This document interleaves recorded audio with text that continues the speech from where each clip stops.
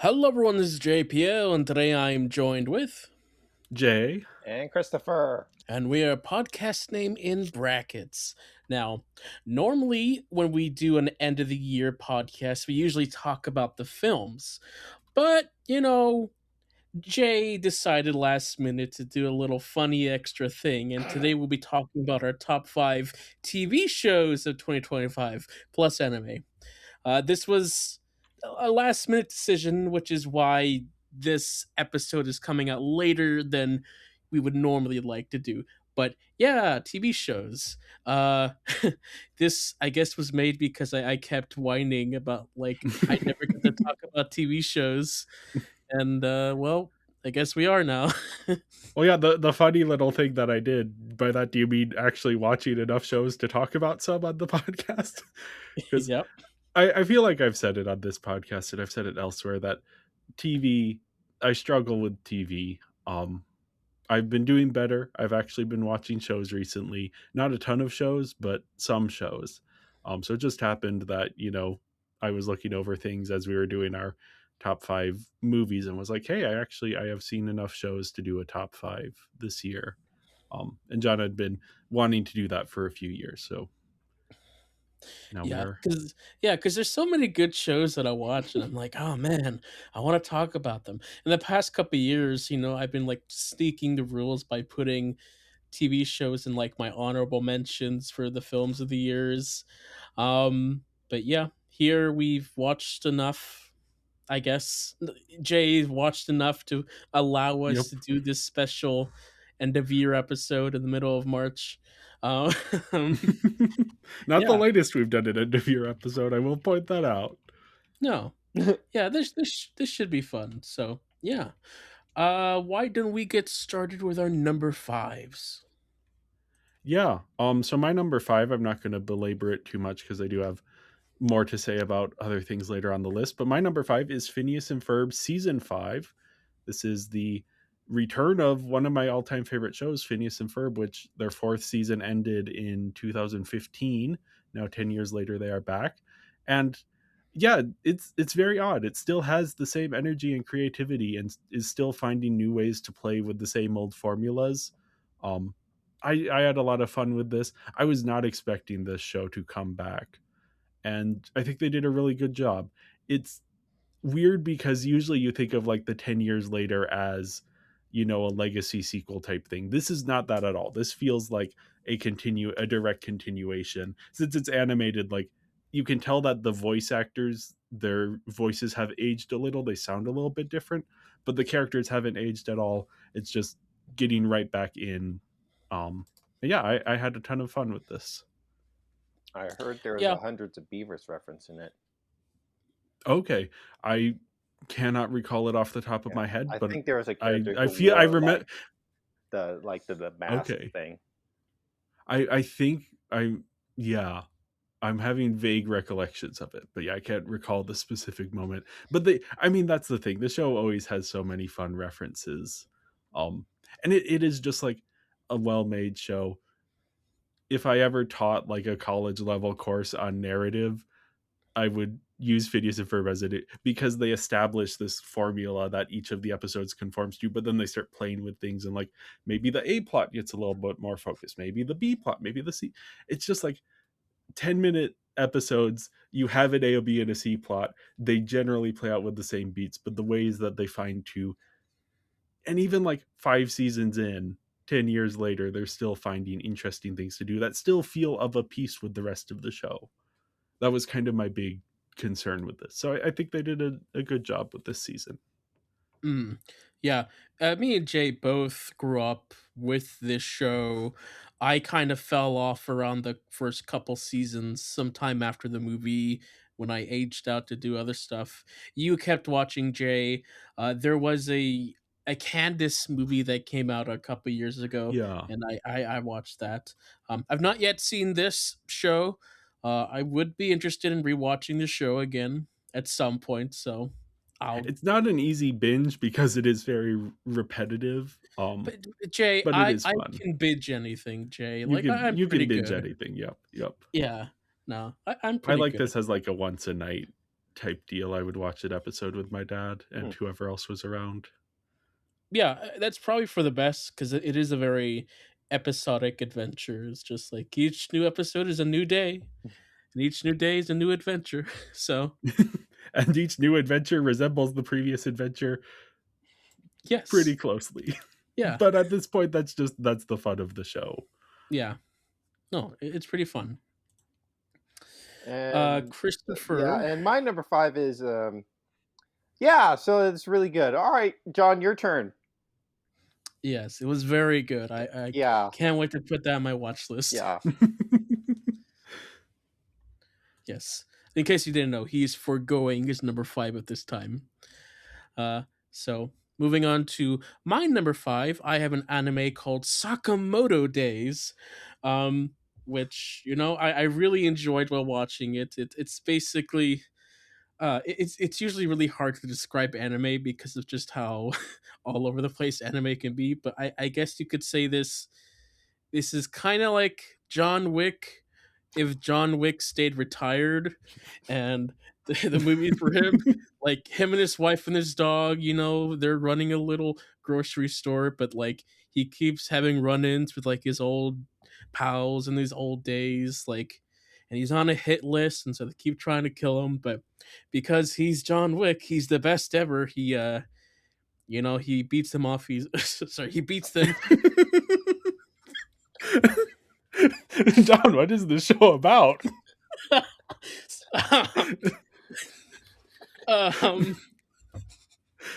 Excuse me. Wording. Is this on men.com or something, John? Where did you find this series? Okay. Okay. He defeats them easily. There Using, you go. weapons that you wouldn't think about. So like a bag of potato chips, I can use that as a weapon. He's one of those overpowered protagonist heroes, but I really like it in this one because we get dad bod representation, and it's like, man, I love that for him.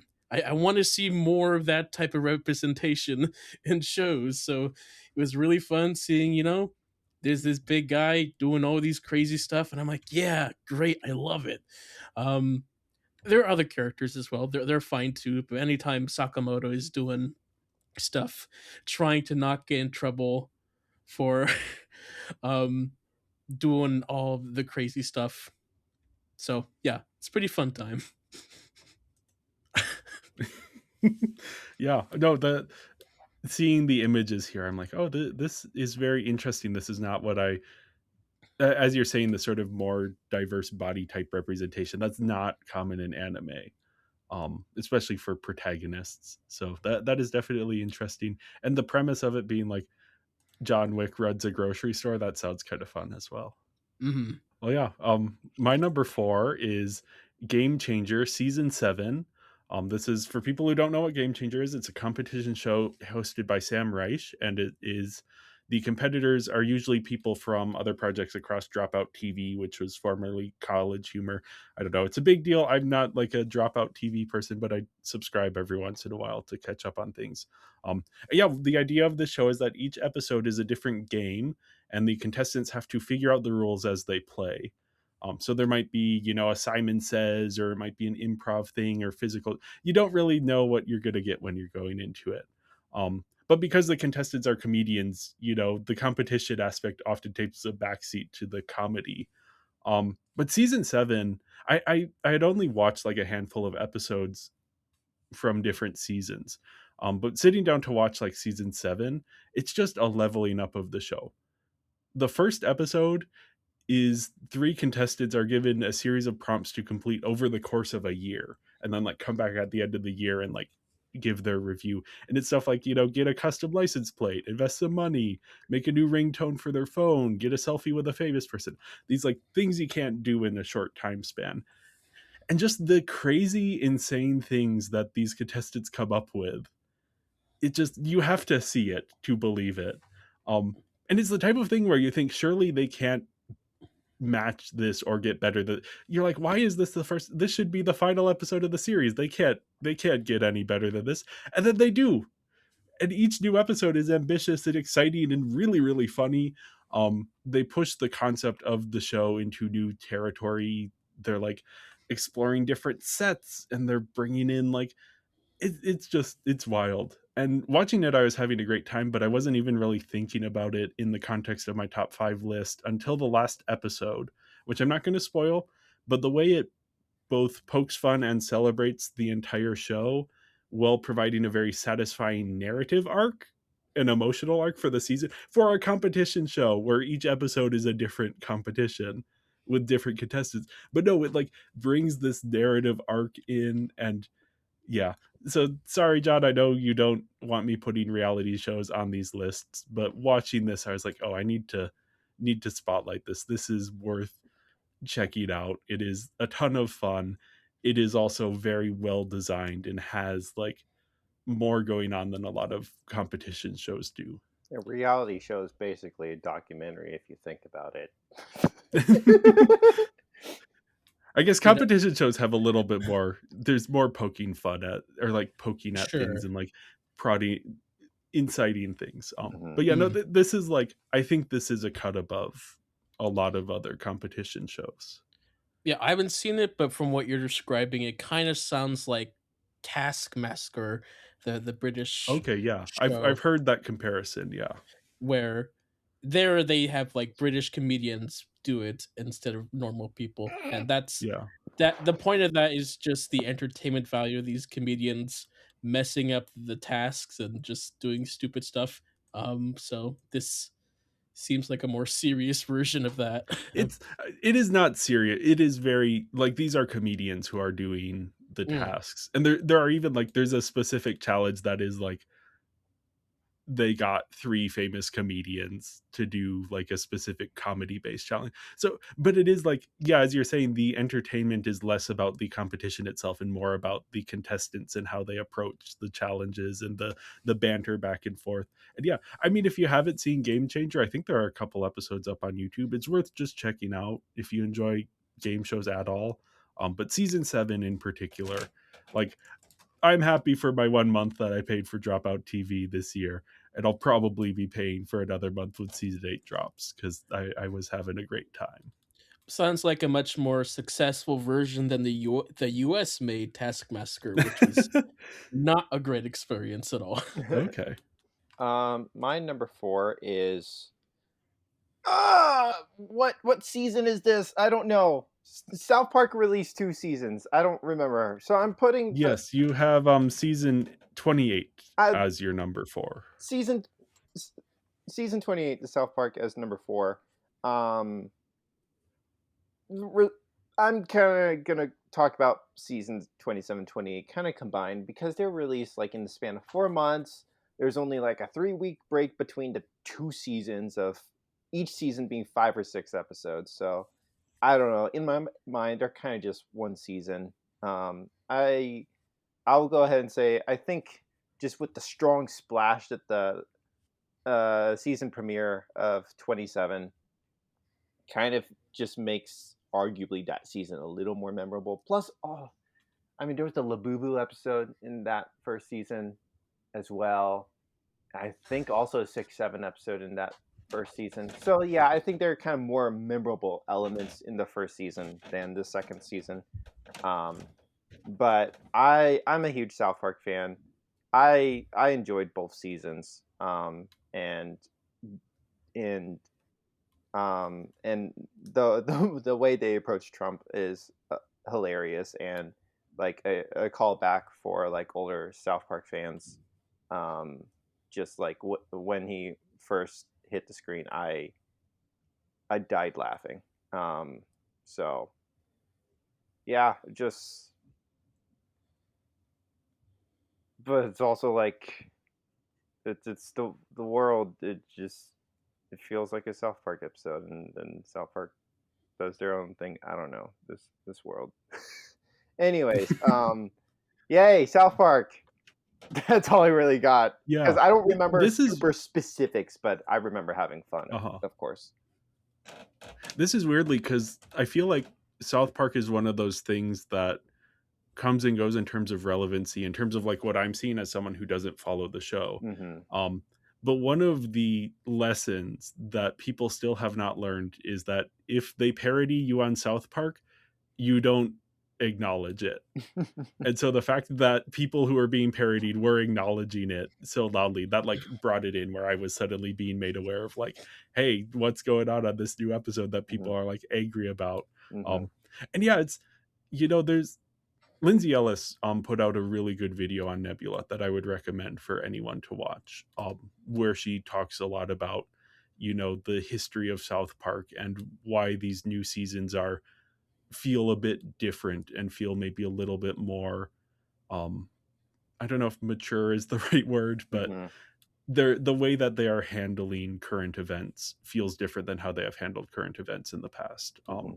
And maybe a little bit of soul searching on the part of the creators for like the way the culture is.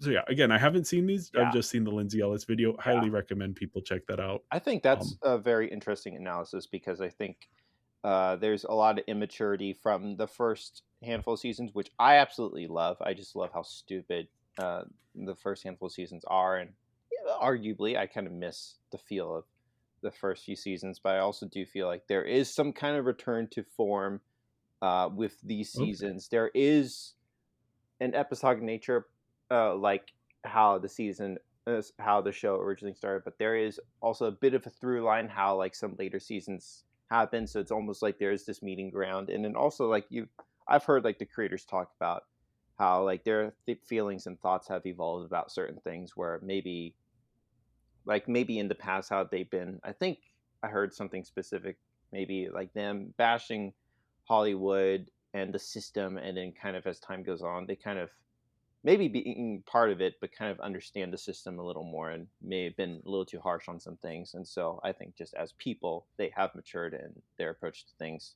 have evolved with that. I feel like there are a few other things I may have wanted to say with that. Can't fully remember, but yeah, it's interesting to see how things go. Also, like you mentioning how, like, if you're famous, you don't mention it. And I think there was one episode from a couple years ago when I think it was about the Meghan and the Prince. I don't. Yeah, remember. Harry and Meghan commented on it as well. That's like the last time that I had heard of South Park as someone who doesn't follow it. It consistently, if you say something about it, that will come back to bite you. If you are, to all of the famous people who listen to this podcast, if you are on South Park, do not say anything. Or you can say, or like maybe lean into it. But if you're don't upset be about like, it, oh, South Park is being mean to me, because South Park is being mean to you, and it might even be unfair. Like I don't know, I wasn't following the hair. Anyway. Yeah, I mean, even if it is unfair, don't say anything. Yeah. Don't.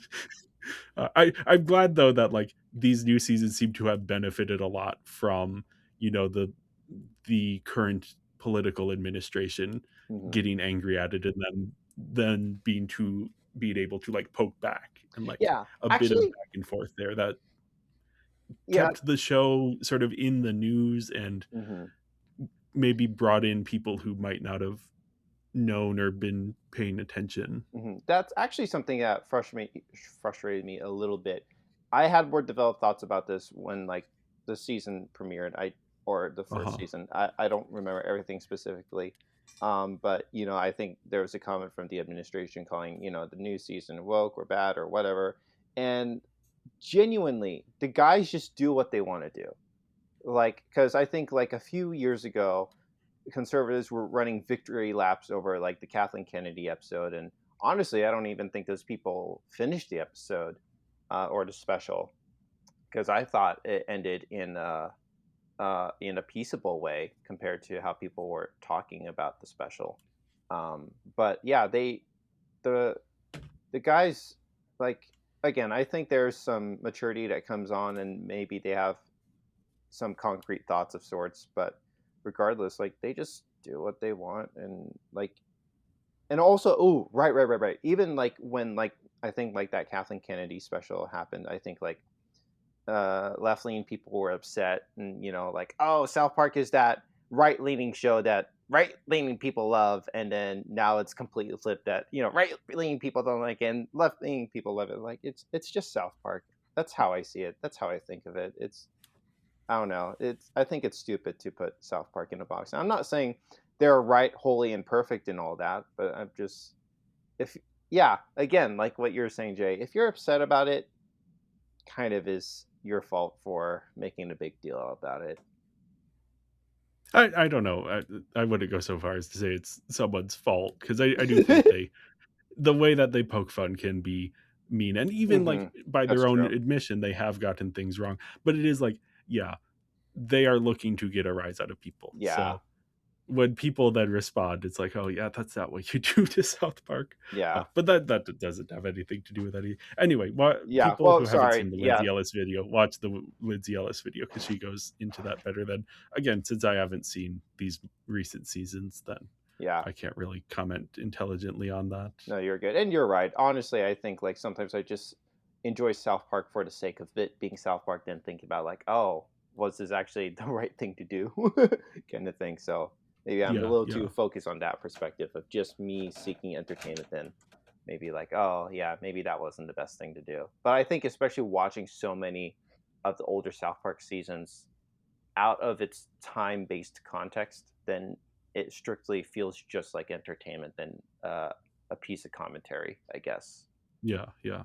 And I haven't seen it, so I can comment on it. Hey, that doesn't stop me. Yeah, it hasn't stopped him. Yes, well, moving on to my number 4, I have My Hero Academia, the final season, or season 8, which is the final season. Um, and I kind of view this as the second part of season 7, because we're in like the final battle arc that started in season 7, and that ended on a big cliffhanger, and this continues immediately right where we left off. And so yeah, it's you got the big explosions of people are heroes fighting the bad guys. The past couple seasons we were like seeing the peaks and the ends of like all their characters' major arcs, and that continued into this one. um and just on an animation level, it's great, it's spectacular. We get to explore the villains a little more, and it's all very interesting and well done. um Anime endings usually have like a big twist when you think like, oh, okay, we're about done, but there's a twist to add like 2 more episodes in. And I think they did a really good job with the twist. That's like, okay, I don't feel like that's extra and filler. I think that's masterful and great. So I really enjoyed that. And yeah, it really tied the whole show together with the overall arching arc.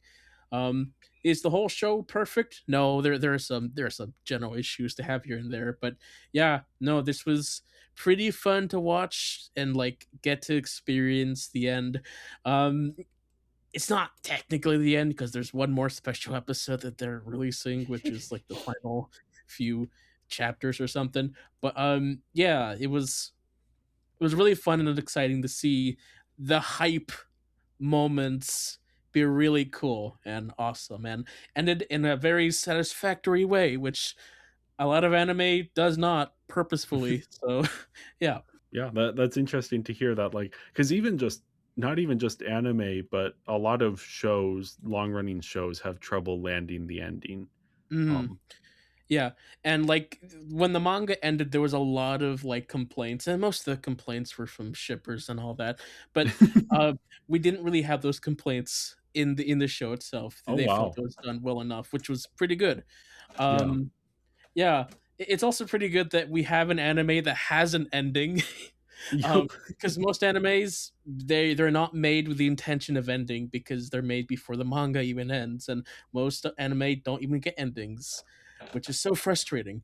But to finally get an ending 10 years later, it is frustrating to watch this in real time because I started watching this around season 4, and so it takes a while to get to the end. But now we're at the end, and it's like, okay, I can look over the entire project.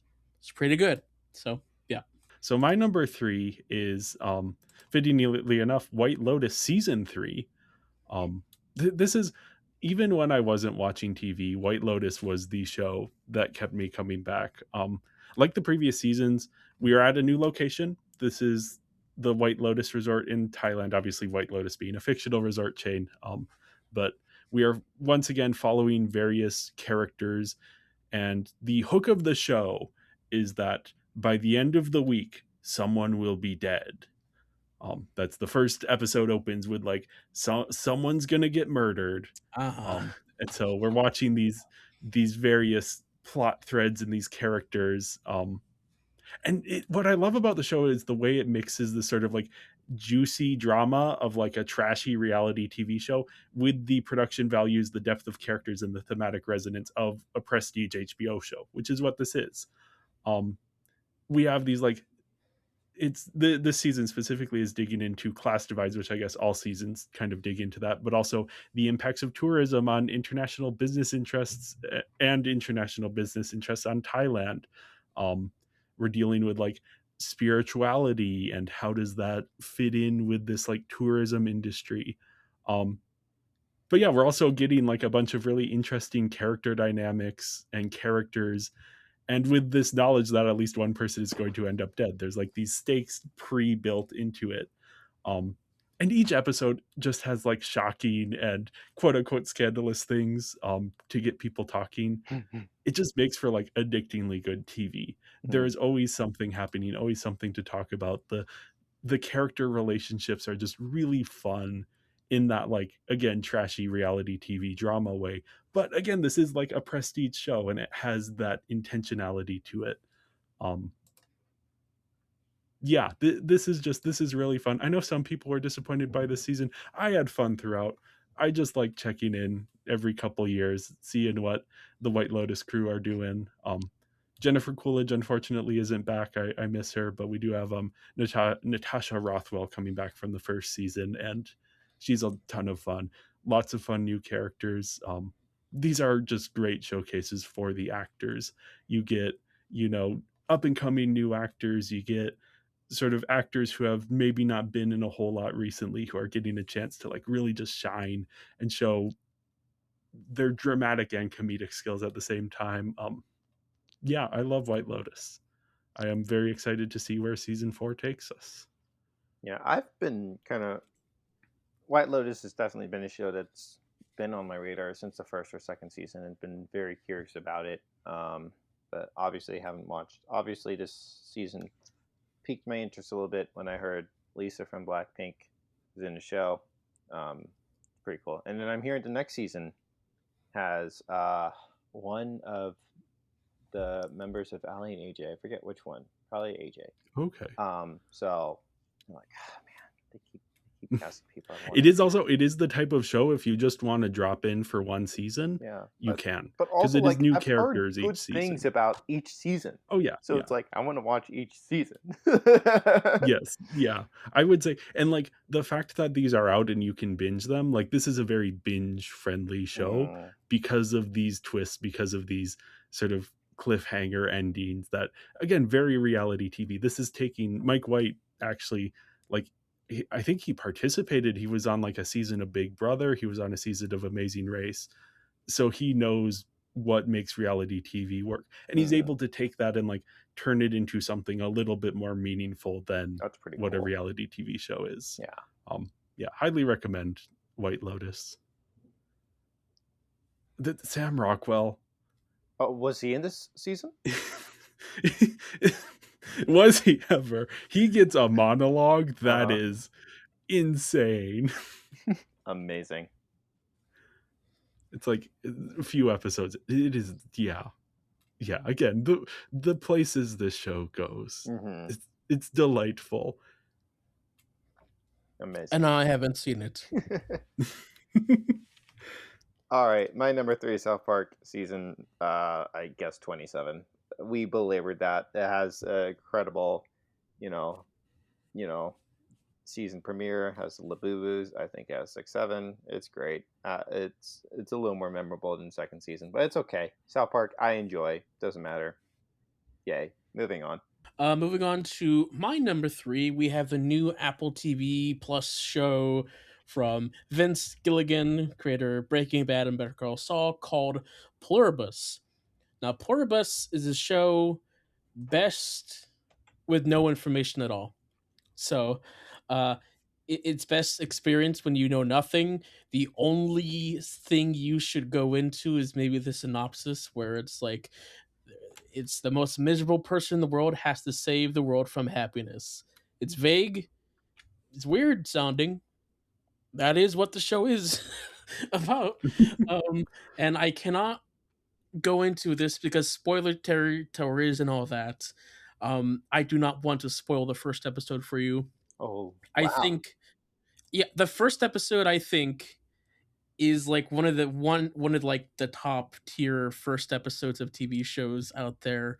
It is the best episode of this show, so it's technically all downhill from there.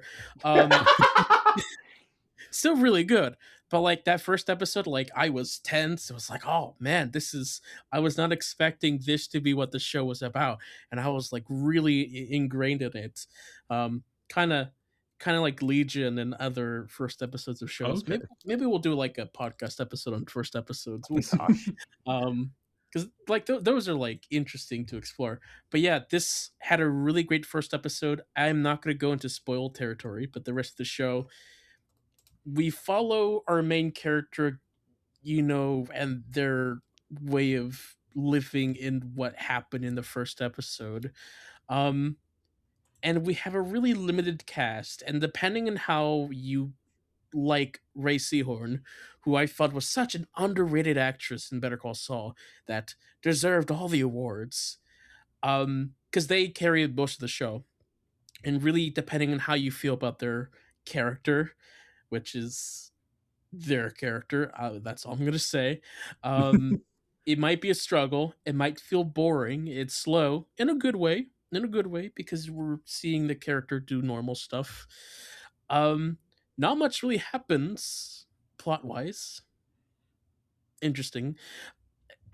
Again, I cannot say anything specific about it. I thought it was great. It was great for this character, this actress to get a big role like this. It like filled all the different genre stuff that I liked about it. Um, I liked Vince Gilligan's direction with his worlds and the cinematography and how real and lived in it felt. Really, again, really small cast of characters. So, depending on how you like the main character or not, you might struggle. We'll see. Um, and yeah, that's where I'm gonna leave it there. Yeah, this is one that is like on my radar as something to maybe get around to eventually. Hmm. I definitely want to see it at some point. Well, yeah, my number 2 is a show that, like, when I put this on my list to now, the tenor around it has changed in a very interesting way. Even like when I saw it to when I put it on my list, and then when I put it on my list to now, I feel like it has lived 50 billion life cycles in the discourse. But this is Heated Rivalry, season 1. Um, Weirdly, one of the biggest shows of the last year. I was not at all expecting that. When I started watching it. But yeah, this is for people who aren't aware, the few people who aren't. This is the enemies to lovers relationship between a Canadian and Russian hockey player from rival teams. Um, in terms of enemies to lovers, it's about 5 minutes of them as enemies, and then the rest of the time with them as lovers. Um, it is also kind of hilarious how little actual hockey there is in this hockey show. This is barely a hockey show. But so I heard about this show online in the lead up to it coming out, and I decided to watch it out of curiosity. It was on HBO, so on HBO Max, and I was like, oh, I have HBO Max for a bit. I'll give this a try. Um, so I was watching it as it came out, so kind of experiencing the cycle as it was happening. But yeah, the first 2 episodes were pretty much what I was expecting, sort of a fanficky premise with some good performances. Um, but not something that I was going to be putting on my top 5 list necessarily. But then episode 3 really took me by surprise. It's sort of this side story about a different hockey player and his relationship with the owner of, or like a smoothie store employee, and it touches on like real life issues that gay couples face when one is closeted and the other isn't. And it's like it's not innovative, but it is more emotionally engaging and intelligent than I was expecting from this show.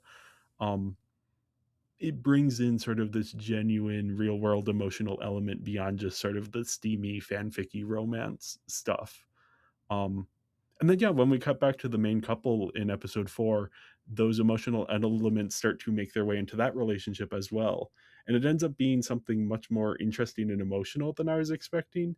It's kind of the show's secret weapon that like it starts off and you're like, "Oh, I understand what this is. This is, very fanficky, very steamy, cheesecakey show." But then as it goes on, you're like, "Oh no, this relationship, there's actual depth here. They're paying attention to the emotions in a way that I wasn't expecting." And that's kind of like I think that's why it has sort of blown out of proportion in terms of popularity. Um, because you hear about like its cultural um relevant, or like the cultural thing that people think of is like, oh, it's this weird hockey show that got weirdly popular, this like steamy hockey romance show. But then you actually sit down and watch it, you're like, oh no, there is like depth here. um yeah, I don't know. I'm curious to see what they do with season 2. I think the success might end up being a bit of a double-edged sword for them, because now there is like this was like a tiny Canadian show that no one was aware of, and now it is like one of the biggest shows of the year. How is that pressure going to impact them? But I'm hopeful. I think this was well made. I think it'll also be curious to see like uh, what even the second book is, and So, how that okay, affects. so No. this is actually an adaptation of the second book in the series, Oh, really? and episode 3 is actually the first book in the series. Um, I've read the first book, which was a wild experience. I have not read Heated Rivalry. I have the audiobook on hold from the library, but it's going to be like several months before that's available because of course everyone else also has it on hold. Um, but yeah, so each book, at least for the first part of the series, is following a different couple. Oh, And you might interesting. have like a cameo of different people coming in, but it's like separate individual stories. So I imagine that they're going to take a different direction with the second season Okay. because Okay. this main couple has been so popular. They Right. might start to bring in some of the others as like the way that episode 3 did. They might Hmm. start to have like, hey, here's an episode adapting a different book. Yeah, yeah. Okay, I didn't know that. I just assumed it was a I didn't typical either adaptation until thing. I like started. Yeah. No, I was like trying to figure out, oh, if I want to read the book, how do I read the book? It's like, oh, this is number 2 in the series. Huh, that's weird. And then read up a little bit more about it. But yeah, I think they made the correct decision because book 1 does not have enough plot to be a season of TV. It works much better as an episode than it would have as like Mm, even as like a film. It would not mm. have worked. There's not a lot of plot in that book. There's a lot of other stuff in that book, but plot wise, uh, but yeah, I don't know. This is a show that I'm like, it has found its audience, and I am curious to see what other people think of it as well. Because I do think there is a lot going on here. It is bigger, and like, even if you don't have the like immediate, oh, this is a steamy hockey romance show, that sounds interesting to me. Like, there is more going on here for people who maybe aren't as into that element, but that element is like so forefronted. I don't know. Again, those first 2 episodes are maybe going to be a barrier to entry for some people. And I've But not seen it. uh, All not right. not surprised by that. My number 2 is Severance season 2. I am a huge fan of Severance. I first watched the first season up, I believe, about a year after release, and I fell in love with it. I rewatched it pretty soon after. I'm pretty positive I've seen the first season at least 7 times. I think, especially as it relates, um, and I've heard other people talk about it, but the idea of trauma and how do you deal with that as a human, because it very much is uh, uh the reaction to like want to um separate yourself from things that hurt you. I think like is an understandable reaction, but ultimately uh the idea of Severance, of like completely shutting yourself out, and kind of the implications of that, is very interesting and fascinating. So I just absolutely loved the first season. I still really do love season 2. I've seen it twice. I watched it the second time to, like, I would watch an episode as soon as I could, and then watch it with my roommate as soon as we could. I I kind of had like a perpetual subscription to Apple TV Plus, or Apple TV at this point, with the first season. Not so much second season, and then also the prices have gone up. I think it's like $13 a month now. I own the first season on Blu-ray. Whenever the second season releases on Blu-ray, I'm buying, if it ever does. But yeah, I love the show. I think it's really cool, the kind of like wild things they do. Like, the fourth episode is, no one really expected where that would take place, and then the season finale is nutty. Like, I think both seasons, they have great like season finales of kind of just, they're nutty in their own right, in different ways. Mm-hmm. Yeah, this I love this show so much. Obviously, like, I talked a little bit about the concept, but I'm not gonna say too much. I love the show so much. It's incredible. Yeah, I'm a huge fan. I'm obviously super excited for season 3, and I think it's really cool seeing kind of the recognition that this season has had. Like, Tremel Tillman's next big thing is the fact that he's in the new Spider-Man film, and I'm excited about that. I think Britt Lawler is going to be in a few projects as well. I don't think as high profile, but still pretty cool. Yeah, I think it's pretty awesome. Yeah. So I love Severance. I'm so excited for season 3 whenever that happens. I think, like, Adam Scott has said that they're hoping to start filming this year. So let's go. Yeah, huge fan. Yeah. The worst part of Severance is that there's not enough episodes.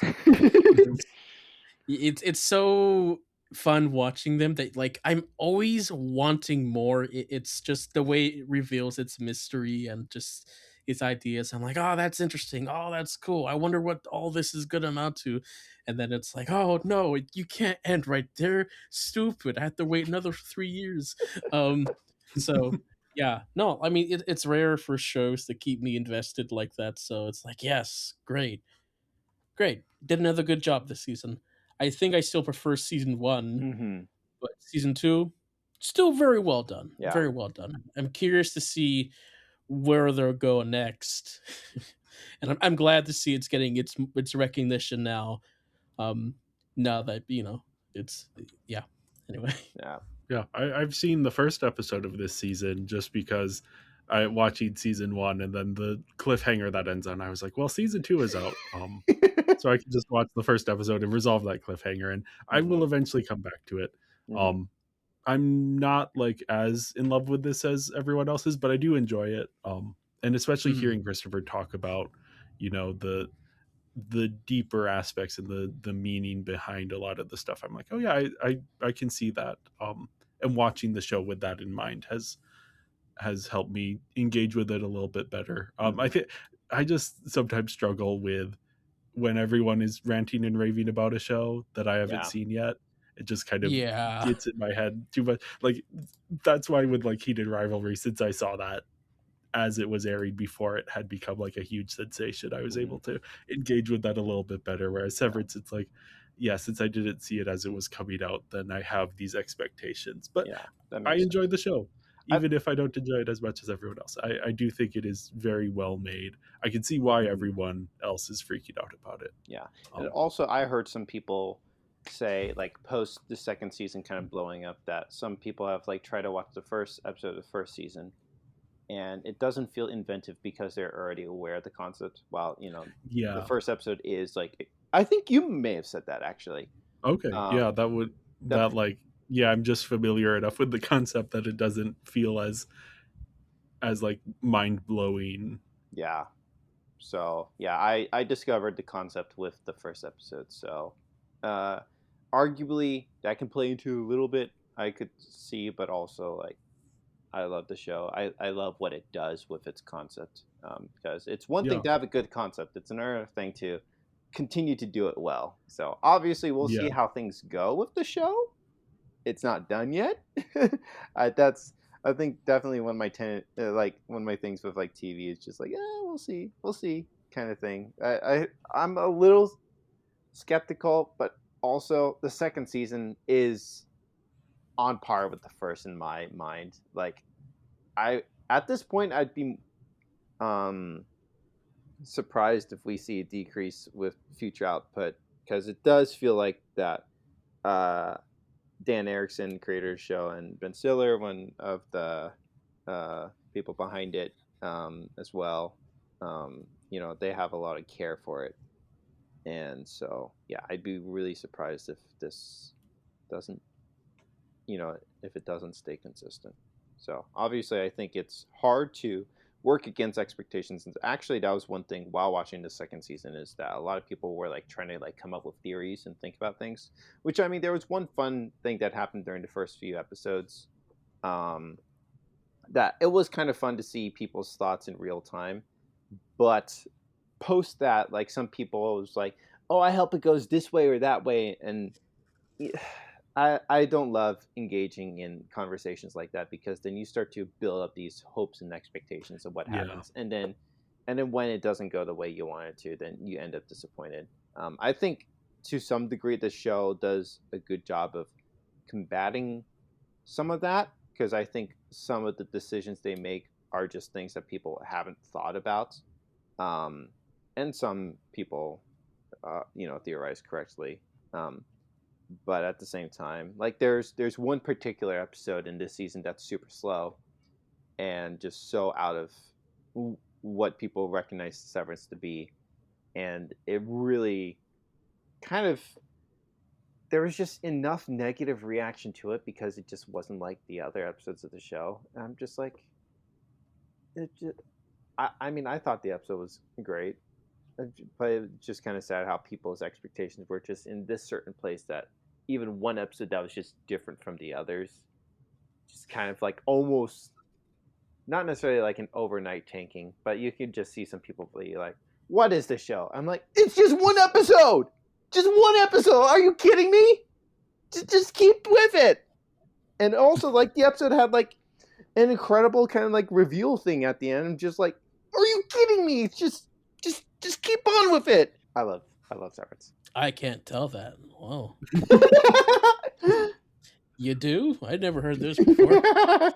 Yeah, I think especially the first season, I talked about it a lot, and when the second season was releasing, I was definitely like trying to get people on it. Now that the show is so big, everyone else can do the work for me, kind of thing. I think like since the Yeah. season's released, I haven't been as active like trying to get people to watch it because enough people know about it. Like it could come up in conversation. I could mention it, but I'm not going to be as like gung ho like trying to get people to watch it kind of thing. We'll see what will happen when season 3 rolls around, I guess. But definitely, I think like in between seasons 1 and 2, not that I it would definitely lead up of season 2. I was definitely like yapping about it, but I think I don't know, whatever. Yeah, I love it, but people can start doing the heavy lifting for me. Well, moving on to my number 2, I have a show that barely makes the cuts, and that's Cobra Kai Season 6. I say barely because Netflix release schedule for this was odd. It Okay. was, yeah, it was 15 episode season. They split it up into 3 parts. Part 1 was in July of 24, part 2 was in November, and so part 3 came out February of 25, and so it just barely makes the cut for this list. Yeah, no, yeah, it was really weird. It did really feel like they were in between each part. They were figuring out what they were going to do, depending on what actors they could bring in for each part. So, yeah, you could feel that. But anyway, I love Cobra Kai. I've said it before. It is one of the best soap operas out there. It's teen drama with an emphasis on karate. And that's just so exciting. It's a legacy sequel to the Karate Kid films where we get the return of our main villains. I love what this show did with the villains. It changes perspectives. It fixes a lot of issues that I had with some of the films. That's great. It's like, I didn't love how this film handled that character. I love how they described it here, and that was great, and it worked really well. Honestly, it's the final season of the show, so in these past few episodes, they're finishing up everybody's arcs. Some of it's like, okay, eye roll, whatever, but other stuff is like, oh my gosh, this is like peak soap opera material. It's epic. It's exciting. Like I'm cheering at the screen. It's ridiculous and fun. Like, okay, yeah, filmmaking wise, it's like, yeah, there's limitations, whatever. But I don't care. It's so much fun and exciting. This show really made me appreciate Karate Kid more than the films themselves, and that's was really exciting. Lots of fun. Um, the new movie just kind of is disappointing compared to the show, but yeah, no, it was fun to see the end of this show and seeing where the characters went. Not everything ended up where I wanted it to go, but like it was still a very solid ending. That's like, all right, I'm satisfied with all this. Yeah, this is like the one YouTube TV show that actually survived and then got picked up by Netflix. And yeah, this is one where I'm like, I keep hearing about it and I keep hearing people really enjoy it. So I don't know if I'll ever get around to it just because I'm not a Karate Kid. I'm not invested in that franchise, but everything I've heard about it sounds very interesting from a franchise perspective. Yes, definitely. Definitely, if you're really into Karate Kid or you enjoy it casually, it's like, yeah, it's a fun one to get into. Oh yeah. Honorable mentions. Yeah. So I did mine alphabetically as I tend to do with these things. So first up is Boots. Speaking of Netflix, this is inspired by the true story of a gay man who joins the Marines in the Don't Say Gay era and focuses specifically on his experiences during boot camp. It's this really interesting show with some fascinating characters. This is another one that the Trump administration was angry at, which is exactly why I watched it, because I was like, oh, they're mad at this. I should check this out. Um, it is a good mix of like comedic and dramatic. Lots of good performances. I will say this does suffer from having to fit into a TV show format. There are just so many side plots that don't add anything. This would have probably been better as a movie, but I had a good enough time with it. It's not that long. Ironheart, the MCU show, not at all what I was expecting this to be. We're following a protagonist who isn't really a superhero, at least yet. It makes for a very interesting show, and like especially the ending of the show is just very odd in a way that's like it's interesting, and I'm kind of bummed that we probably won't get a second season because I found these characters fascinating to follow. Then I have Jet Lag the Game, which is another competition show. This one has a very unique feel. It doesn't have producers engineering big dramatic twists. It's just like the gameplay itself. It's also like a very strategy forward game, and it's fun travel game antics. I enjoy the contestants. I specifically put the Schengen Showdown on my honorable mentions here. I forget which number season that is, but they released multiple seasons throughout the year, and I always enjoy catching up with those. Then I have Marvel Zombies, which is a really fun premise for a Marvel spin-off, and it spotlights some underutilized characters like Ms. Marvel and Shang-Chi. It is fun, though it never feels like it is getting the most out of its premise, which is why it isn't on my actual top 5. Then I have Overcompensating, which is created by and starring Benito Skinner based on his own experiences as a closeted gay man during college. It's a really fun show, great cast, wild cameos. But I will also say it is a little bit weirdly paced. There's like some major jumps between episodes. It feels like there's plot points missing. They're doing another season. Hopefully they're able to address some of that. And then finally I have RuPaul's Drag Race season 17. This is the reality TV show that I have kept up with most consistently over the last however many years I've been watching it. It's always a fun time. I'm watching the current season, so that's sort of more front of mind than this previous season. But I like checking back every week and seeing where everyone is and having my favorites and rooting for them.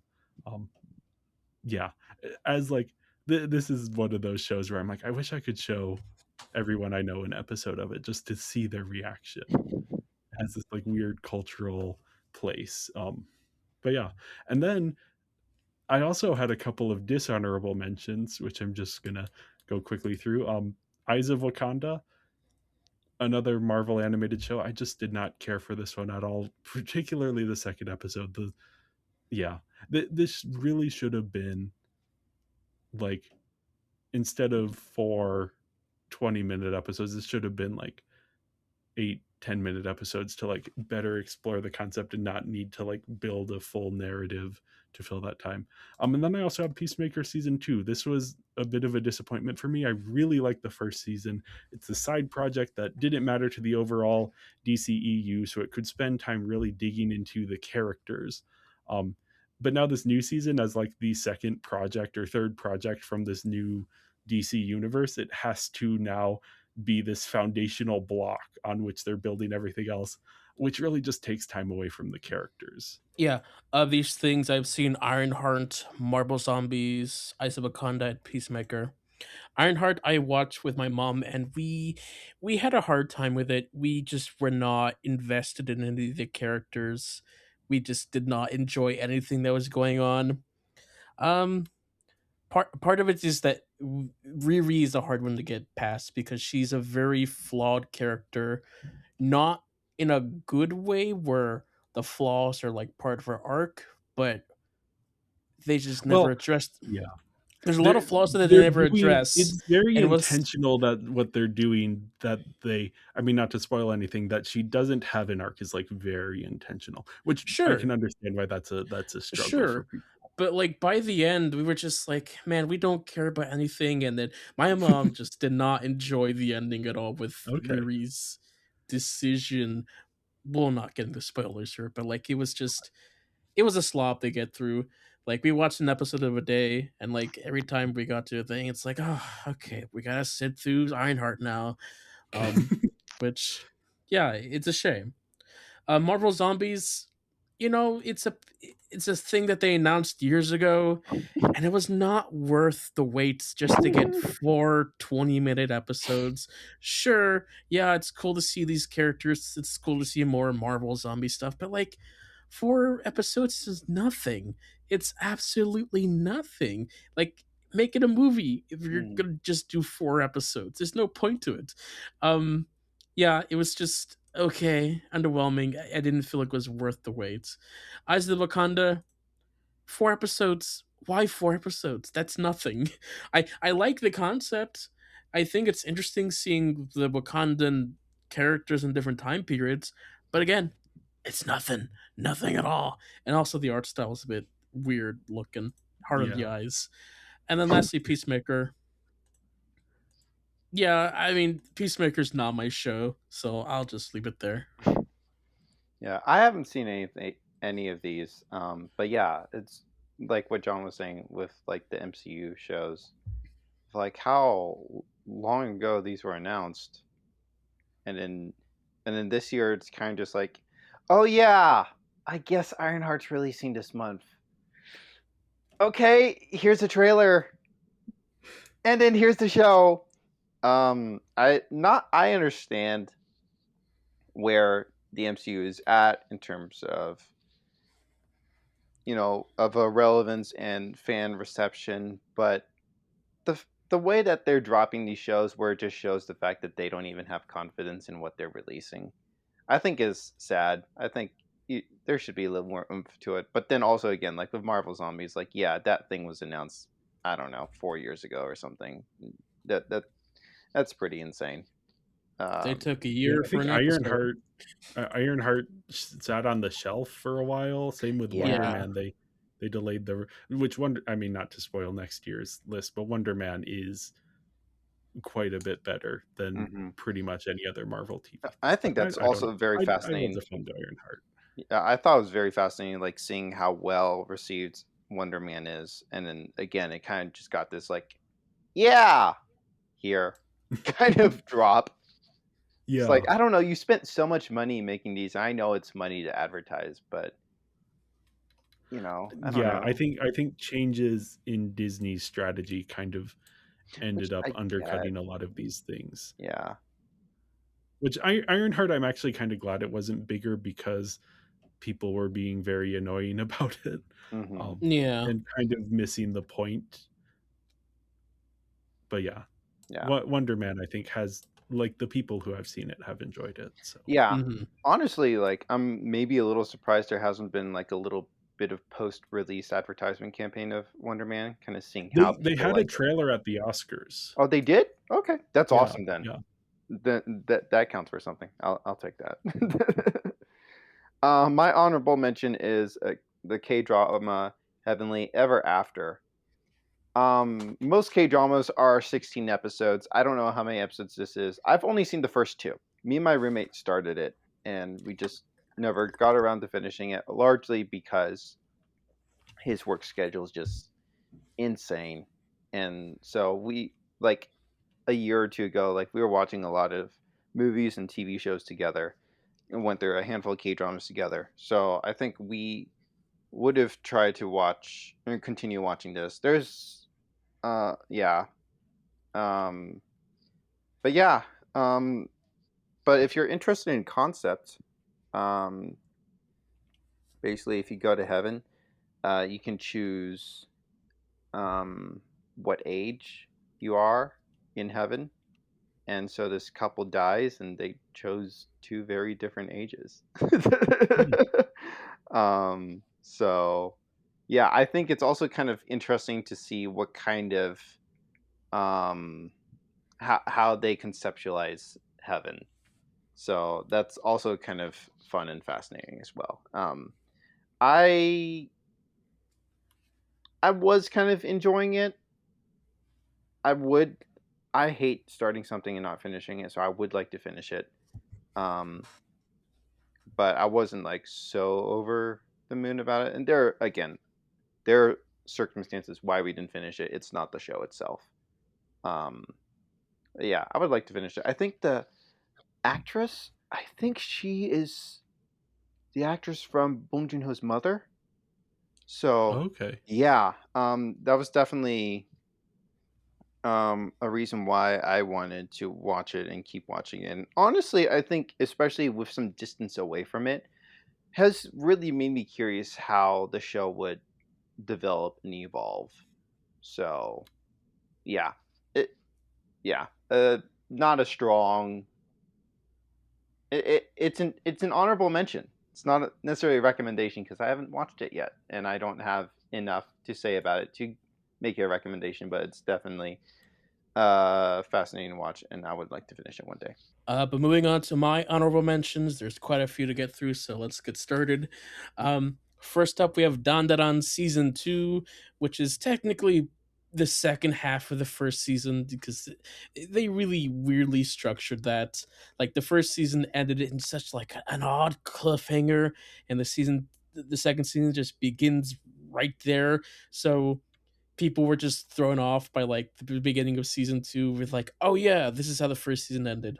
But yeah, it's more dandadan, more weird sci-fi supernatural stuff, more fun animation, very entertaining. um yeah, no, still very decent. Then we have My Hero Academia Vigilantes, which was the spin-off that they made. Uh, at first, I was just like gonna like throw it off because it's just like, oh, it's just a spin-off. But actually watching it, I had a good time. There was a character there that I really enjoyed that was great. They're really great character that unfortunately their story arc is ended, so they probably won't have much appearance in future seasons. So boo hoo to that. But anyway, Then we had Spy Family season 3. Spy Family is just a good time. It's the spy mission with these family stuff. There's this great character called Anya who's just fully adorable. Um, Unfortunately, though, the story just takes forever to progress, and this season it progressed like 10 inches, and that's the way it's been with the manga as well. There's like very little progression, but it's still so much fun to watch these characters do their normal stuff. One day we'll get an ending.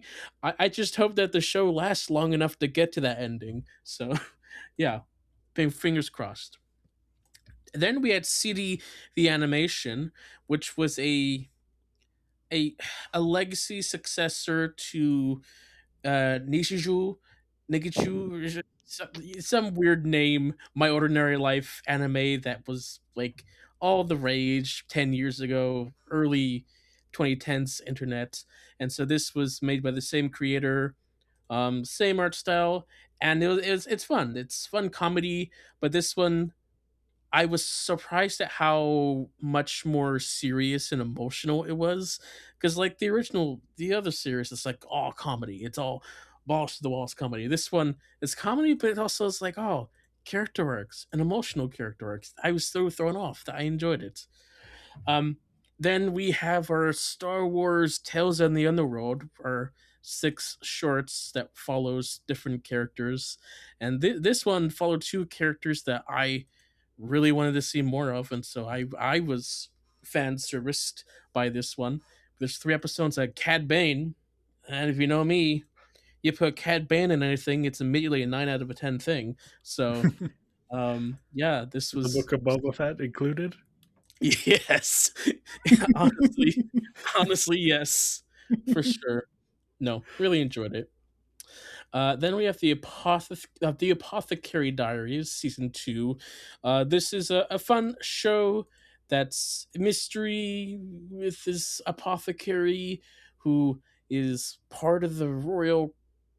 It's hard to describe, but like you have royal familial politics interfighting, and then the overall mysteries. It's fun. It's really fun. I'll leave it there. I don't know how else to describe it. Then Rowan Atkinson just did like a fun little Man versus Baby miniseries, a sequel to Man versus Bee. It's fun. It's more fun Rowan Atkinson comedy. Yeah, you get a CG baby in it, so have fun with that. But yeah, there's that. Glad to And hear then that Renesmee continues to get work. yes, I liked her in Fantastic Four: The First Steps. I thought she was very good in that one as well. yes. And then the last one for this one is Daredevil Born Again, the new Daredevil show. It's I like seeing these characters again. It was fun, but it was also a Frankenstein of a show that you definitely could tell that like they're trying to like piece together everything, and because of that there's some choices that are so frustrating. It pales in comparison to the original Netflix series, but it's still very good. Hopefully season 2 is better. I assume it will be. It'll be less of like a Frankenstein thing, but it should be fun. uh then I have a whole other section of honorable mentions Oh my gosh. for shows that did not come out in 2025, but I watched in 2025. I yeah, I'm doing this because I'm not gonna get another chance to do this, so I'm just gonna do it now. So yeah. First up we have Mr. Robot, this very fun show about this hacker guy. Without going into spoilers, it's a show that you really have to stick with, even if you're like, I have no idea what's going on.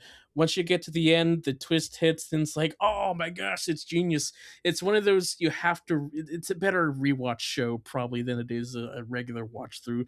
But there's some really incredible episodes in this, and it's really well done. I'll leave it there. Then I did a rewatch through the Star Wars films, and in part of that I included the Clone Wars. Clone Wars, one of my favorite shows out there, and yeah, I'll leave it there. Uh, then I watched for the first time Frieren Beyond Journey's End. This is currently the highest rated anime out there, and yeah, it's a very good anime. I like its usage of the hero's journey, specifically beyond the hero's journey, the end of that. And so seeing this character deal with like time and life and stuff, it's really good. It's really good. Then I watched Tron Ares, sorry, Tron Uprising. This was when we did our Tron episodes for binging Barbie. This I watched it for the first time. I really enjoyed it. And then we had Battlestar Galactica, the original uh 70s show. I had been slowly watching this for the past couple of years and I finally finished it here. It's fun. It's early sci-fi for TV. I mean early modern sci-fi, I guess. Like there's a lot of stuff that's really exciting, but then also like because of the time period they can't go further enough. But they're Yeah, thinking of yeah. stuff and that's pretty cool. Then Naruto Shippuden. I had been watching Naruto for the past few years, and I finally finished it because Hulu was really stupid with how they were doing handling the dub. The dub, the dub was already finished, but like they were releasing the dub.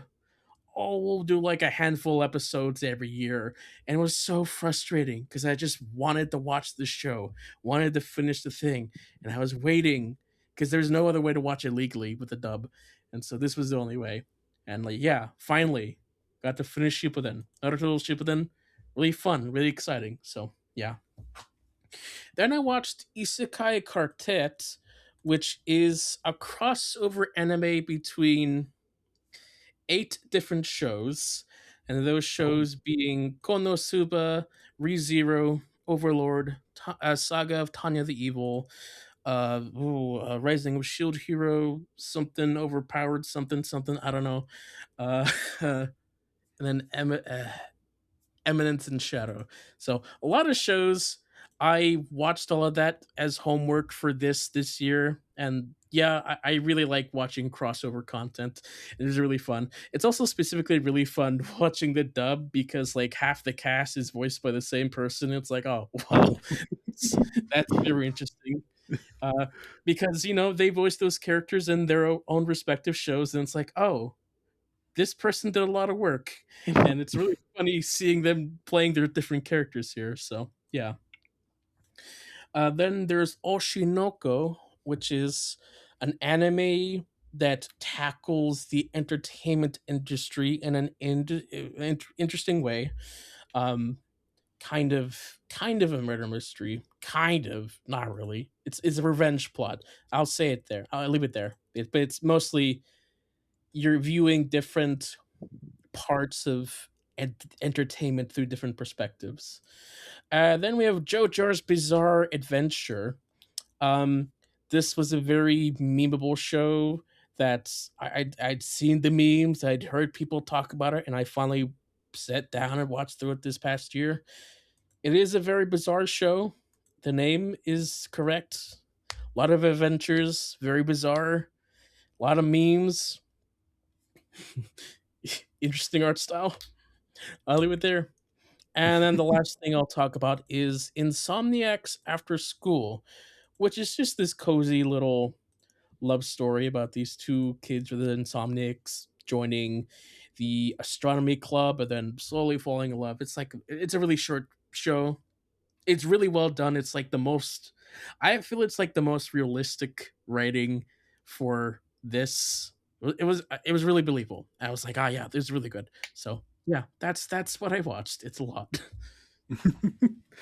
oh well, yeah. That so I guess on to number one. My favorite of the year was The Studio. Apple TV Plus is The Studio. Um, yeah, for people who aren't aware, this is Seth Rogen plays an executive who is promoted to head of the fictional Continental Pictures and has to navigate the challenges of running a studio. And yeah, it's this big Hollywood satire from some of the biggest names in Hollywood, people who know the industry and know how to poke at the industry. And yeah, it's just this really, really fun time, but also very insightful. It's episodic, which I love. There is like a building narrative, but each episode kind of takes its own little challenge that is facing the characters. It's also very like artistically interesting. It has a lot of long takes. The cinematography is Ooh. just absolutely gorgeous. Um, and yeah, it pays a lot more attention to craft than these comedies usually get. I've seen the franchise, I think that's HBO Max Industry. sort of, maybe, I don't know. I don't remember. I don't remember the title. It's like their MCU satire. And like that one is fun Oh, but doesn't have like the same attention to craft, whereas this one is like very intentionally made, which is very gorgeous. The sets, everything. And then the cameos, the big names that show up. I won't spoil it for anyone who hasn't seen it, but even just the first episode, you're like, oh, they got people here. They were calling in favors. They calling up everyone they knew. And there's also a lot of like very inside baseball figures as well. Like this is the kind of show, if you, I mean, to spoil a cameo, but it's like an audio cameo, like Matt Bellany of the studio. You can't get much more inside baseball than that. And if you know who that is, when he pops up, when a character is listening to a show, you're like, oh, that's, you can tell that the people who made this, I mean, obviously they're Hollywood people. It's Seth Rogen is one of the creators of this. But they know the industry, they love the industry, and they're also like willing to poke fun at the industry and point out its like weirdness and its issues as well. Yeah, I loved every episode. I loved kind of savoring each episode. I didn't binge it all at once. I mm. gave each episode a little bit of space. Um and just, yeah, sitting with it and being like, oh, there's another episode still for me to watch. And then I ran out of episodes, and now I'm just waiting for the next season because Yeah. it's so well made and so interesting. And Mhm. yeah, I loved it.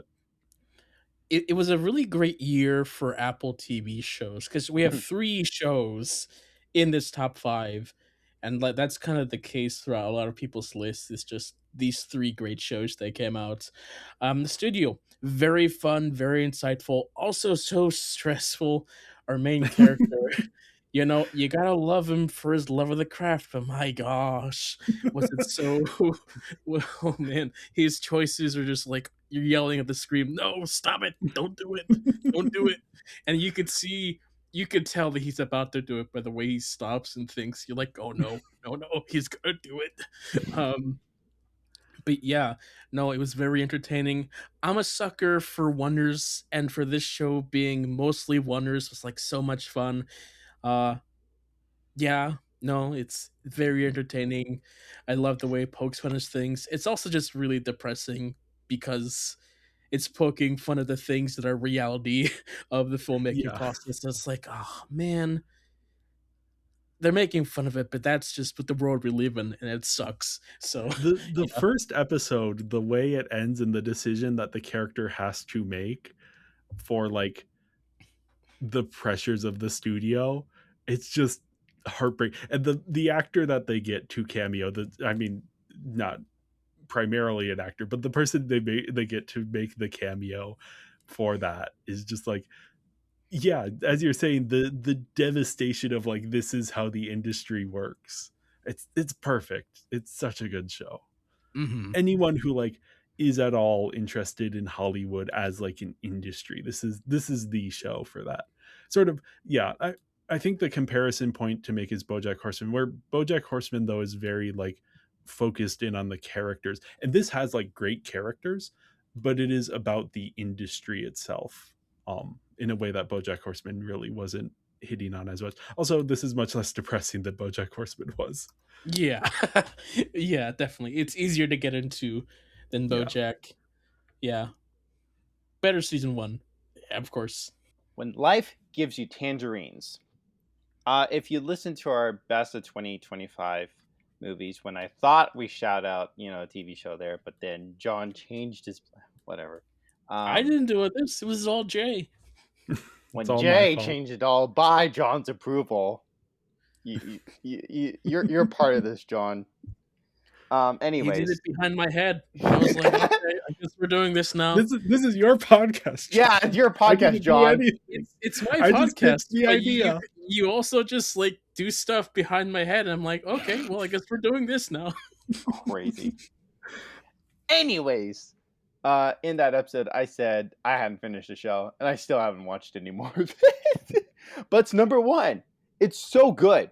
The first, I believe, 7 episodes I've seen have been incredible and lovely, and I've only seen good reviews of the show through its end. I think I mentioned it's like in the top 10 highest rated things on Letterboxd, which is pretty insane. So I'm kind of going based off the recommendation of other people in terms of how the show finishes. But the first near half that I've seen has been incredible and delightful and beautiful. But yeah, I'd love to finish this. Again, I was watching this with my roommate. So actually, to tie in Heavenly Ever After, we started these around the same time, and I was just more invested in this show. But yeah, just his work schedule has just been so wonky, and so we watched around the first 6 episodes, I think around the spring, around the time it was releasing, and then we watched the 7th episode, I feel like maybe sometime in the fall. That's how this is going. So I think we want to see if we can, I don't know. He's just so busy.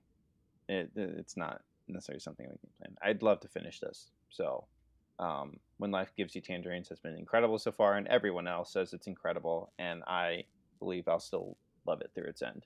I'd be shocked if I won't. Well, Yeah. moving on to my number 1, we have Star Wars Andor Season 2. Yeah, Andor Season 1 was just a very exciting first season. Like, I didn't really know what to expect when they first announced this show, but it was very exciting. It's a very different, more serious take on the Star Wars world, which I think is an interesting side piece to do. This Andor is to me the best supplementary show you can have for Rogue One, in the way that Clone Wars used to be for Episode 3, back when Clone Wars used to be supplemental and not a required viewing to understand stuff. So right now, Andor is just supplemental, and that's great. And it's great for that reason. It's also just the story elements of this season are some of the best stuff that they've done, that they've depicted in Star Wars. Some of the best stuff. It's really exciting television in general. And that's great. It's also frustrating because this show was originally planned to have 5 seasons, each season depicting a different year, but they had to like combine the last 4 years into this one season, and you can kind of feel that with the pacing, because each 3 episodes you skip to the next year, which means there's whole character arcs and different changes that happen off screen that the episodes just have to catch you up on. And I really wish we got to see those 5 seasons, but they barely even got a season 2, so at least they got that through. But yeah, no, even with their constraints, they did a really good job. It was great. It was emotional, and it affected Rogue One in a way that I never expected they could do. Because Rogue One is a pretty good film. This made it so much better. So yeah. Yeah, this is one that everyone keeps telling me I have to watch, and I stubbornly have not seen yet. I will get around to it eventually, probably. I'm out on Star Wars right now, so Yeah. who knows? It's also I'll get around to it. It's also very interesting because like soon after the months this came out, it's become a really relevant show to like what's going on in the world, and everybody's watching the show. But like, hold on, this is just what's happening in my backyard right now. That's okay. That's great timing for a show. So, yeah. Yeah, Yeah. I haven't seen the show, but I just one thing. I think I heard maybe some piece of commentary from a long time ago of like when the show was announced, and people were like, "Why are they making the show? I don't care about this one person from this one movie or whatever." I think it just really shows just don't judge till it releases slash you watch it because it could be really awesome and people love Andor, so it's pretty cool to see. I Yeah. do want to see it one day. Jin Urso who? That's Andor's movie now. Well, let's get into some soured territory with our least favorites. Yeah. So my worst here, again, as I tend to do with these worst, I tend to put stuff not that is the absolute worst, but stuff that disappointed me in a big way. This was originally my number 5. But thinking about it more, I don't think it deserves that spot on the list. This is The Summer Hikaru Died. It is the story of two best friends, Yoshiki and Hikaru, who live in a small rural Japanese town. And one stormy night, Hikaru disappears while on a local haunted mountain. And when he comes back, he is different, but in a way only Yoshiki seems to realize. Um, yeah, I don't know how much to say because the The first title episode says it explains all. pretty Like much it it all. spilled Yeah, everything yeah. essentially. So I mean, it's not really a spoiler because that is the like the first episode yeah. is about this, and then the rest of the show is like this relationship between these two characters, one of whom is not who he used to be. Um, yeah, I read the first couple volumes of the manga and was really excited for the show just based on those. Um, and I will say, like, the stuff that I love here, this is really interestingly made. There's a mixture of Mm. mediums here. There's like 2D animation, 3D animation, and even some like live action elements, especially in the montages, but also some of the back. It's just like it's really interesting and really exciting. And it's doing things that I'm not used to anime doing. And it creates this like really unique and creepy atmosphere that's just like I love that stuff so much. And yeah, this really interesting character dynamic of like Yoshiki trying to figure out how he feels about this and like this new entity that is inhabiting the body of a boy who he was friends with and was like heavily implied to have had a crush on. And is now dealing with these complex feelings of like grief of knowing his friend is gone, but his friend isn't gone. And like, what is this? And yeah, it's just like trying to figure out also how dangerous this new Hikaru is. Is this like entity a threat? Um, it's so interesting character drama. But then the show keeps like getting lost in the weeds of its own lore and like trying to explain what everything is in the history of it. And it's like that's just not interesting. There's like a paranormal investigator shows up, doesn't do anything. They just keep cutting back to him. There's no relevance. It's it just all of the stuff just keeps pulling focus from the characters and from their relationship and from the stuff that made me interested in this in the first sort of half of the show that I was just really like vibing with. Um and then yeah, the thing that just kind of took it over the edge for me is the final episode just does not offer much in terms of resolution and is instead setting up for a second season. It's like, no, you couldn't. Because I know what the second season is going to be. Is they're just going to double down on the lore, and I don't care about the lore. These characters are interesting. This dynamic is interesting. Focus on that. There's so much to dig into here, but the show just kind of it plays coy with a lot of stuff. I wish that they would not spell things out a little bit more clearly, but engage a little bit more with like the identity aspects and like specifically with like what is going on with Yoshiki and his sexuality. That stuff is kind of left up to interpretation in a way that I wish there was a little bit more forefronted. But also just like yeah, there's just too much lore stuff, and I don't care about the lore. It doesn't matter. uh, yeah, it was frustrating for a show that like and the manga as well, the premise that just immediately grabbed me and all of this horror stuff. I love horror tinged stuff, so in a universe in a different in a different universe, if you were to like handcrafted anime specifically to appeal to me, this is that anime. It's just that there's also this other stuff grafted on that I don't care at all about. I have a similar opinion to Jay, where I was interested in the premise of like, okay, this guy loses his friend and has to deal with the grief of that while also dealing with this new thoughts and emotions and denial with the new version of the friend. And I thought the psychological impacts of that were like very interesting, and I was really wanted to explore that. But then the show started moving towards the lore and the mystery and like, what is Hikaru and what is the history of this mountain? And I'm like, oh, I don't care about that. And after each new episode, I'm like, oh no, this is going to be a multi series thing, isn't it? And I was like, oh man, I was really hoping for like a one season thing where they'll like go through the emotions and that would be great. And then to end up with them, finally going through their journey. But no, it's where it ended up was not as interesting as where it started. And yeah, I don't know if I'll even want to continue after this. The vindication I felt when I was watching the show, and that I mentioned that I was or like no, I guess yeah, I mentioned that I was watching it or somehow. And you're like, oh, I'm interested in watching that show, and I'm like, okay, I don't know why you're interested in watching the show, but sure. And then like when I saw your serialized review, the vindication I felt that you had the exact same feelings that I did about the lore focus, because you tend to like more lore more than I do. Yeah, the lore is not bad at all. It was just that's not what I was here for. Yeah, I was yeah, here for the emotional stuff. That was what the premise was describing. yeah. Yeah. Yeah.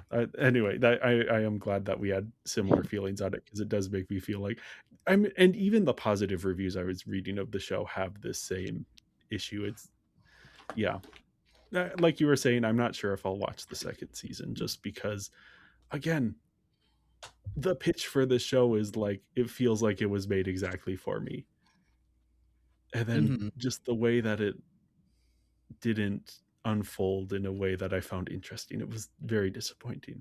But the stuff that I love, I do genuinely love about this show. So putting it in my worst is a little bit rude, but I mean that's just the artificiality of trying to make these kinds of lists. Or we could retitle it, John. I don't make the slides. I always say least favorite. I never say worst. It's you. You keep saying worst, Christopher. No, I don't. I was the one who was like, we should change it to something different. And you're like, no, we can't. We've done this for 10 years. Yeah. All right. Well, however, I will concur with the idea of worst for me. I'm putting, and again, I didn't watch a lot of TV, so it's pretty easily at the bottom. Stranger Things season 5, or maybe it's called Sloppy Things, because I don't know, it's just a bunch of slop.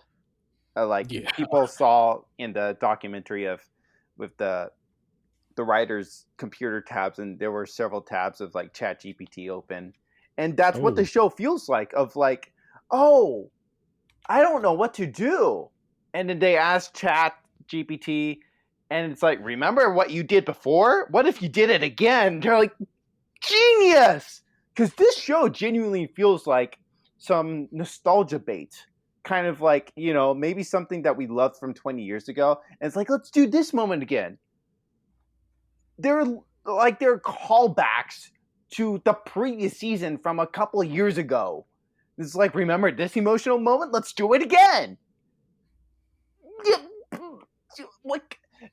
I love the fact that they acknowledge the fact that fans don't even remember parts of the show, so they have to throw in like flashbacks to help you remember, like, oh, this character was in this situation with this person, and that's why this moment is very relevant.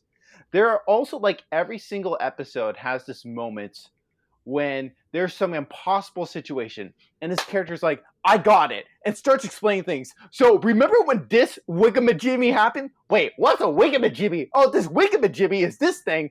And I'm sitting here thinking, with these crazy elaborate plans, I'm thinking like, am I stupid that I can't come up with these?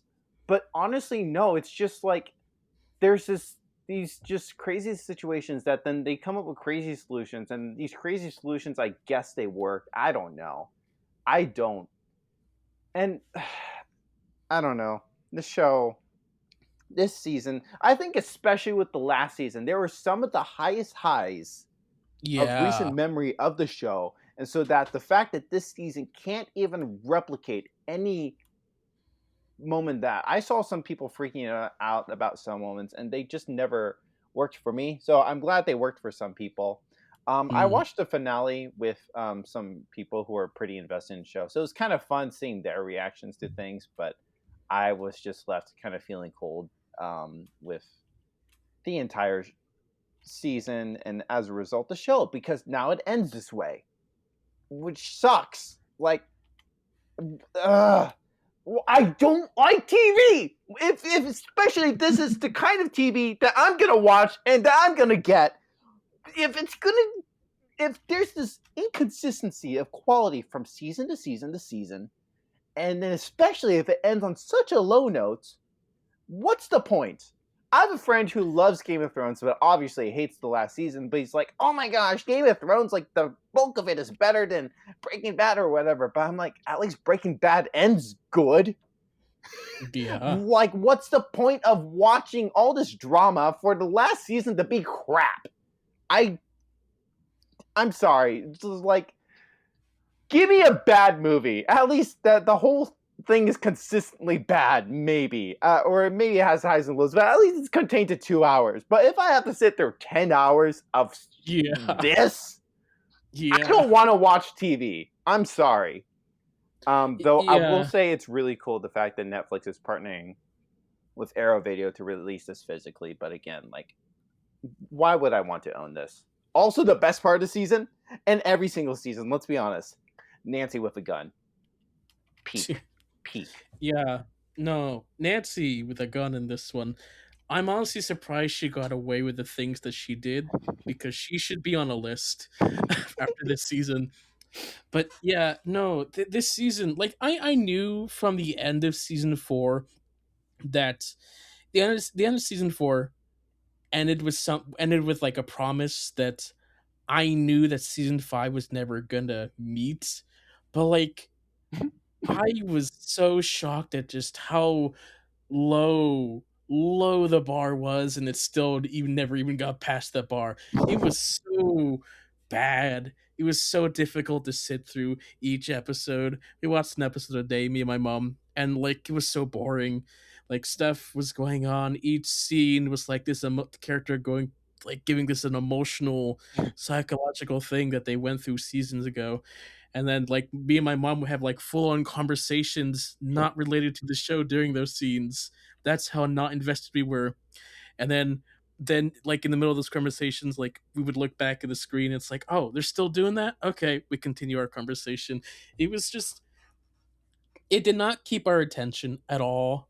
Like, sure, yeah, the visual effects, like they're trying to do spectacle, but I just didn't care about anything. Like the story just was not interesting um in any way. Really, everything about the Duffer Brothers way of making this show, from spending 3 years to develop a season, from having episodes that are like 2 hours long, those are bad decisions, and they keep doubling down on those decisions, and it's just for the worse. And it just, yeah, no, it was not a good time. I had a low expectation going into this, and the show was even lower than that. So man, yeah. There were a few moments where I kind of like checked out and like, wait, I checked out. So I rewind, and then I was like, wait, I actually completely got what they said. I just don't understand the significance of this. I don't. It's all confusing. We're just so bottom of the barrel. I just Yeah, and I could just not care about any of the character drama at all. Like, yeah. yeah, it was just so forced and such a time waste that I was like, man, like, you know that you have a time limit. That thing's not gonna last long. Why are you having a 10-minute conversation with this thing that you know the stakes. Anyway, whatever. It was not great. I remember going before going into the season. I was just kind of at this point where I just wasn't even sure if I was excited about the season, and I was kind of like, you know what? You know what I care about the most? I care about the lore. I want interesting lore, and the lore failed to deliver to the point that honestly, the character drama was honestly more memorable than the lore. Like I kind Yeah. of actually almost ironically cared more about the characters, but I also hated sitting through all the character stuff because I didn't care about them anymore, kind of thing. I just a lot of Yeah. moments just feel retread. Like again, sorry to spoil, but whatever, I don't care. Like Eleven and Hopper have to have their father-daughter argument again this season. And it's Yeah. like we tread through this in every single season. We don't need to do it again, but we have to. Why? I don't know. ChatGPT told us to. I don't know. Just I don't know. It's like the fact that they don't realize that some of these moments should have been resolved forever ago, but we keep retreading these. It just there's Mhm. no progress really, honestly. And like all the progress that happens is stuff that we kind of just expect to happen. Yeah. Yeah. We also just wasted Linda Hamilton's time. Mhm. Like she's in this she's apparently like a big thing, but they don't do anything with her, and that's what was the point? What was the point? What's the I point? let's move on. Like this is we can go on this season for hours. I don't want We to. It's could. not worth my time. Have you seen this show, Jay? Yeah. No, I watched a few episodes, gave up on it, and Of this season? I feel no of the show in Okay. general. I feel like each new season that comes out and the response to it has vindicated my decision not to watch it, especially this new season. Mhm. I am Mm, fascinated by the drop off in quality, but I'm not gonna watch it. I don't Yeah. care. It's not worth your time. Like again, theoretically, season 1 is still arguably good. But at the same time, this season has just so soured my opinion of the show in general, and I'm even just like, do Yeah. I even really want to rewatch the first season? sure. Yeah. Moving on to my least favorite show. It's quote unquote least favorites. I do like most of this show. It's Alien Earth.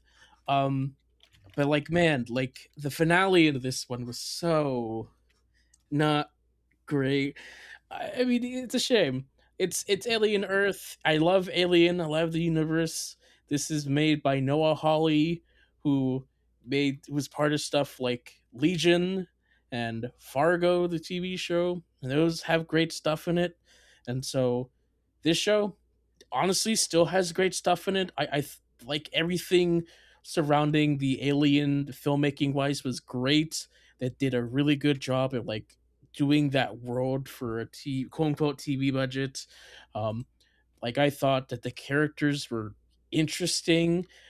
At least I thought they were interesting. They appeared to be interesting. They did some interesting stuff with like the world and some elements and gimmicks. I was like, oh, that's interesting to explore. And I thought that we were going somewhere with it. And then we get to the final episode, and like this entire time, I'm like, okay, we're building to something. We built to nothing. It was nothing. Nothing was resolved. And it was like, okay, season two, you're gonna get in like 3 years from now. And I'm like, what? This was it? You wasted Alien on Earth? What? Why? I thought I thought this character had like a bigger thing, but they had nothing. I thought this was gonna be a bigger thing, but that was nothing. And it was so disappointing to get to the end that like I enjoyed most of each week. I was like, okay, I like this. There's some weird editing choices. Like they're cross fading. Sid is Ice Age is canon to Alien now, which is a weird world to live in. Um that's interesting. But um yeah, from a production standpoint, from a filmmaking standpoint, I think it's mostly great. But from storytelling, the past couple episodes, the last few were not well done. And apparently they were written by a newer writer. So it was Mm. yeah. It was a shame. Again, I like most of it. I'm here for the alien stuff, and the alien stuff was pretty good. But for a title called Alien Earth, I was expecting something more like Alien vs Predator Requiem. This was more Jurassic Park instead. So yeah, Yeah, this is one that, I like the Alien movies. So when I saw that this, I was like, I don't want to watch a show, but if it gets good reviews, then I'll watch it. And it did not get good reviews, so I have not seen it yet. I might eventually see it just for completion's sake. But yeah, I'm not necessarily. That's not on the top of my pile of things to get to. I mean, I hope that they get a second season so they can complete something, something at least. Yeah, yeah. So, yeah. Why don't we talk about our most anticipated shows of, I guess, this year? What are we looking forward to this year? Yeah. So my most anticipated is Mike Flanagan's upcoming Carrie miniseries. Huge Mike Flanagan fan. Um, just a filmmaker who I am constantly fascinated by, and I love all of his shows that I've seen. I haven't seen the Midnight Murder Club or whatever that one's called, but all of Midnight his other Mass. stuff that I've seen. Maybe no Midnight Mass I have seen. That's like Okay.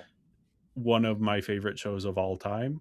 Um, yeah, so I'm just excited for this one. I haven't seen much about it, but even just the cast, like Matthew Lillard, back from Life of Chuck, he got 5 minutes there. Hopefully, he gets more to do here. But even if he's only in it for 5 minutes, I will be happy with that. Amber Midthunder, I don't know that she's ever worked with Flanagan. I love Flanagan just bringing back the same troupe of actors though, like Raul Coley coming back, Katie Sackhoff. I don't know if she's been in any of his stuff since Oculus, but another person who has worked with him before.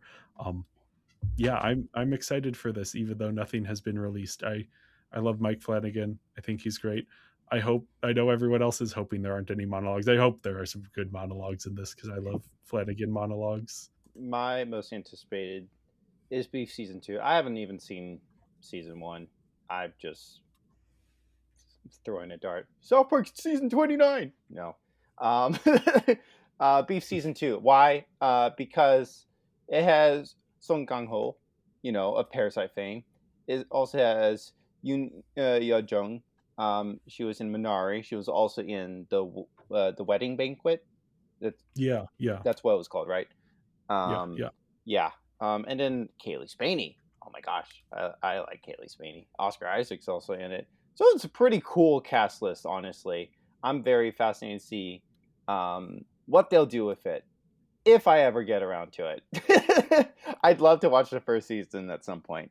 But yeah, when I saw the cast list, I'm like, it's pretty baller. But yeah, I hope I watch it one day. We'll see. Yeah, and for me, my most anticipated show is Star Wars Maul Shadow Lord, which is the next animated show for the Star Wars stuff. And their animated shows are usually very good. Um, and this one is about Darth Maul, so that should be interesting. I mean, the idea of Maul is being alive at this point is just ridiculous. But they Wait, keep is this after the Rebels no, or whatever? this is before Rebels, after Clone Okay, Wars. okay, I see. Yeah, yeah. So it is, again, it's ridiculous that the character still manages to be alive, but like they keep putting him in the most interesting stories. So I'm hopeful that this is going to be interesting. Like here, they're telling the events between this and Solo. How did he get his rise to his criminal empire? So hopefully they'll be interesting, at least interesting. The animation looks cool already, so I hope I like it. I usually do. So yeah. Yeah. And well, yeah, that was our TV picks for 2025. A lot of great stuff. I watched a lot of stuff last year. Too many anime. I think I watched. I don't want to say, maybe almost 100 anime last year. It was too much. Wow. Too much. Again, most of it was like short 12 episode shows, isekai trash. But I don't want to watch that many. But I'm kind of on a binge right now, so we'll see. um, yeah, yeah. No, this is fun. We'll see if we'll do this again next year. We'll see. I have been trying to. I've already seen 3 shows this year. Yeah. Plus I'm watching Drag Race, so that I mean, it'll probably be in my honorable mentions for next year.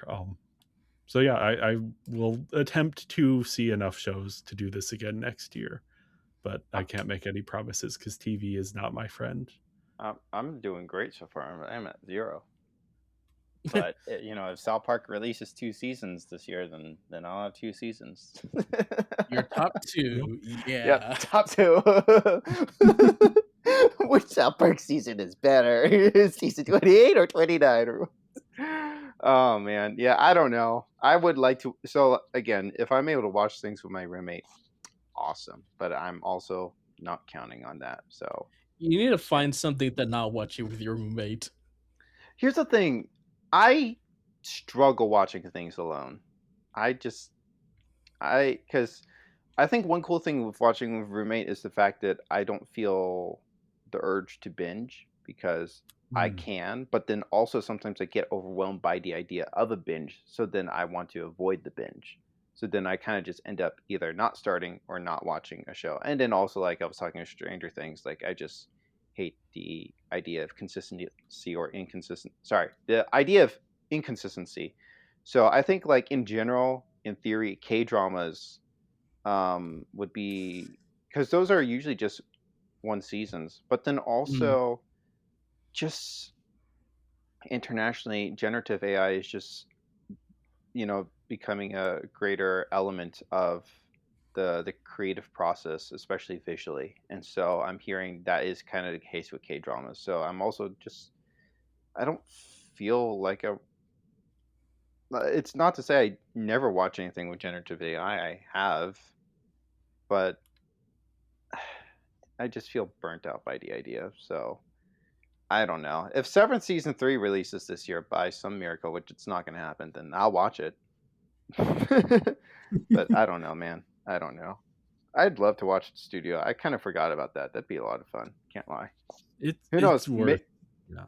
And that is like, the episodes are like 30 minutes. Like it's a half-hour comedy show, so it just goes by fast. Yeah. So maybe when season 2 releases, if it releases this year, maybe I'll go through that. I don't know. We'll see. Maybe luck will be on my side this year, and then I'll show up with 5. I don't know. Yeah. No promises. Yeah. I will also advocate for Wonder Man. I think that is true. I do want to watch that. Yeah, again, people have been liking that. So if I get access to that, I will want to watch it. And also that is 6 episodes. So yeah. Yeah, that one is not a huge time commitment either. Yeah, that'd be a great one to watch. We'll find out next year. We'll find out. Until then, thank you guys for watching, and we'll see you all next time. Bye. Bye. Bye.